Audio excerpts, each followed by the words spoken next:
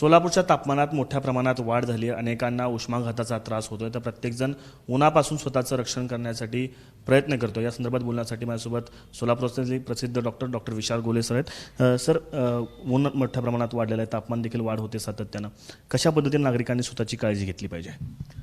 मला असं वाटतं की सोलापूरचं तापमान हे देशाच्या पातळीवर बघायला गेलं तर सगळ्यात जास्त आहे. 44-45 आत्ताच आहे. अजून तर मे महिना पूर्ण जायचा आहे. आता आम्ही जे हॉस्पिटलमध्ये पाहतोय की डिहायड्रेशनमुळं, हीट स्ट्रोकमुळे येणाऱ्या पेशंटचं प्रमाण खूप जास्त वाढलं आहे.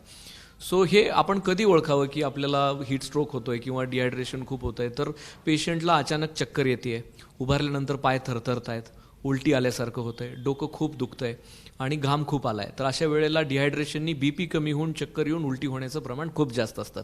अशा पेशंटनी त्वरित हॉस्पिटलला येऊन सलाईन लावून घेणं गरजेचं आहे, डॉक्टरांचा सल्ला घेणं गरजेचं आहे.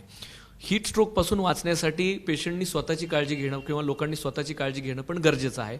ती कशी घ्यावी? तर कधी जेव्हा उन्हाच्या वेळेत काम जनरली जर महत्त्वाचं नसेल तर उन्हाच्या वेळेत कुठल्याही कामासाठी बाहेर पडू नका. जर खूपच गरजेचं काम आहे की जे आता केलं नाही तर होऊ शकत नाही, तर अशा वेळेला बाहेर पडताना डोक्याला टोपी घालणे, कानाला काहीतरी रुमाल बांधणे, मध्ये कुठेतरी सावलीला थोडा वेळ आराम करणे, विश्रांती घेणे आणि पाण्याची बॉटल सोबत ठेवणे, पाणी खूप जास्त पिणे. आणि बऱ्याच वेळेला माणूस कामाच्या ह्याच्यामध्ये पाणी पित नाही, सतत काम करत राहतो आणि एक्झॉस्ट होऊन संध्याकाळच्या वेळेला घरी येऊन पडतो किंवा चक्कर येऊन पडतो. अशा बऱ्याच केसेस रोडच्या बाजूला इथे आपल्या हॉस्पिटलसमोर पण 2-3 यंग पेशंट जे की बेशुद्ध अवस्थेमध्ये आत आले आणि त्या 3 मधला एक पेशंट दगावला. 22 वर्षाचा मुलगा होता. सो हीट स्ट्रोक हा इतका डेंजर आहे. सो त्याच्यामुळे ह्याच्या बाबतीमध्ये आपण सगळ्यांनी लक्ष देणं गरजेचं आहे. आणि सोलापूर म्हणजे सूर्याच्या जवळचं गाव, त्याच्यामुळे आपल्याला जास्त काळजी घेणं गरजेचं आहे. कारण आपल्याकडे 12ही महिने उन्हाळा असतो, त्यातली त्यात आता खूप जास्त आहे. तर आपण सगळ्यांनी मिळून त्याला काळजी घेणं गरजेचं आहे. बऱ्याच ठिकाणी लोकांनी पाण्याची व्यवस्था केलेली आहे, पाणपोई उघडलेली आहे, तर त्याचा पण आपण लाभ घ्यायला पाहिजे. पण पाणी पिताना पाणी हे स्वच्छ असलं पाहिजे, ह्याची पण काळजी घेणं गरजेचं आहे. कारण जुलाब उलटीचंही प्रमाण ह्या उन्हाळ्याच्या ह्याच्यामध्ये फूड आणि पाणी खराब असल्यामुळं त्याचंही प्रमाण खूप वाढतं. त्यामुळे ती पण काळजी आपण घेणं गरजेचं आहे. खरं तर अनेक हॉस्पिटलमध्ये आपण स्वतः व्हिजिट करता किंवा मित्रही देखील आपले असतील. किती रुग्णांचं प्रमाण वाढलेलं आहे या काळामध्ये?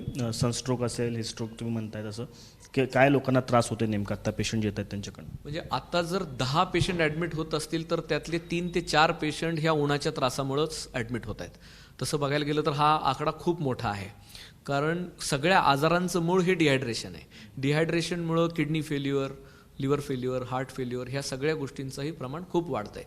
सो ह्या सगळ्या गोष्टी पण पेशंट घेऊन हॉस्पिटलला येत आहेत. खरं तर याच्यामध्ये तुम्ही आहाराचं सांगितलं, पाणी जास्त प्रमाण असलं पाहिजे, द्रव्याच्या गोष्टी जास्त असल्या पाहिजेत, कपड्यांचं देखील प्रमाण जे महत्त्वाचे आहे ते त्यामध्ये महत्त्वाचं ठरतं. या उन्हापासून वाचण्यासाठी कपडे कशा पद्धतीचे वापरले गेले पाहिजेत?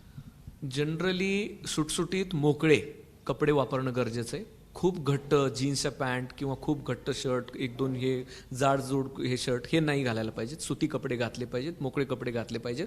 आणि काळ्या रंगाचा किंवा डार्क कलरचे कपडे वापरणं थोडंसं टाळलं पाहिजे जेव्हा आपण उन्हात जात असू.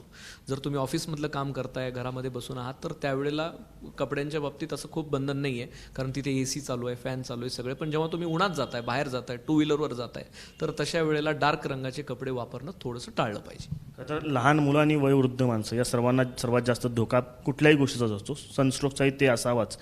त्या लोकांनी कशा पद्धतीने काळजी घेतली पाहिजे आणि त्यांना किती धोका असतो या सगळ्यामध्ये? मला असं वाटतं की लहान मुलांनी आणि वयोवृद्ध माणसांनी अशा गरमीमध्ये दुपारी 12 ते 5 पर्यंत घराच्या बाहेर निघायचं काहीही कारण नाही आहे. कारण ह्या 12 तसंही शाळांना सुट्ट्या आहेत आता, तर त्याच्यामुळं मुलांना शाळेत जाणं वगैरे पण नाही आहे. तर त्याच्यामुळं दुपारी 12 ते 5चा हा काळ ह्या लोकांनी घरी राहणं गरजेचं आहे. उरलेल्या वेळात जेव्हा केव्हा बाहेर जात आहेत, सोबत मी जसं सांगितलं की पाण्याच्या बॉटल्स कॅरी करणं, सोबत कुणीतरी असणं, एकट्या माणसांनी न फिरणं, की काही जर झालंच मध्ये रस्त्यामध्ये तर हॉस्पिटलला आणण्यासाठी कोणीतरी सोबत पाहिजे. तर ह्या सगळ्या गोष्टींची काळजी थोडीशी घ्यायला हवी. त्याच्यामध्ये आणखी एक प्रश्न येतो की डॉक्टरांकडे नेमकं कधी जायचं? हे ज्या सनस्ट्रोक आपण हिस्ट्रोक म्हणतोच, म्हणजे त्रास लोकांना सहसा कळत नाही, काही बारीकची चक्कर येऊन जाते, कधी कधी डोळ्याला अंधारी येते, नेमकं कळत नाही की नेमकं काय झालं आहे. त्यामुळे डॉक्टरांकडे नेमकं कधी आलं पाहिजे? जर अशा स्थितीमध्ये अचानक चांगलं असताना अचानक डोकं दुखायला लागलं, खूप डोकं दुखून चक्कर यायला लागली, एखाद्या वेळेला एखादा माणूस चक्कर येऊन एखादी घरी येऊन पडला आणि परत जर नॉर्मल झालं तर त्यांनी लगेच हॉस्पिटलपर्यंत पोहोचलं पाहिजे, की त्याचा BP चेक केला पाहिजे, ECG चेक केला पाहिजे. बऱ्याच वेळेला डिहायड्रेशन, आता परवा दिवशी एक आमच्याकडे पेशंट आला, he was unable to get up, म्हणजे त्याला उठता येत नव्हतं, तेवढाच एक त्रास होता आणि उठता येत नाही आणि चक्कर येते. तर त्याची पोटॅशियम लेवल 1.3 झालेली. सो पोटॅशियम कमी होण्याचं कारण डिहायड्रेशन आहे. सो पोटॅशियम जर 1.5च्या खाली गेलं तर हृदय बंद पडण्याची स्थिती पण येते. पेशंटला GBS सारखे सिम्पटम्स दिसायला लागतात.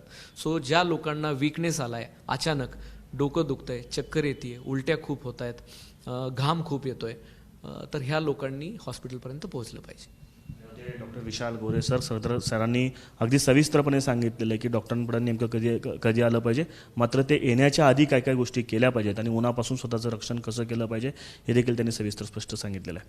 कॅमेरा पर्सन युवक दिसा आफताब शेख, ABP माझा, सोलापूर. ABP माझा, उघडा डोळे बघा नीट.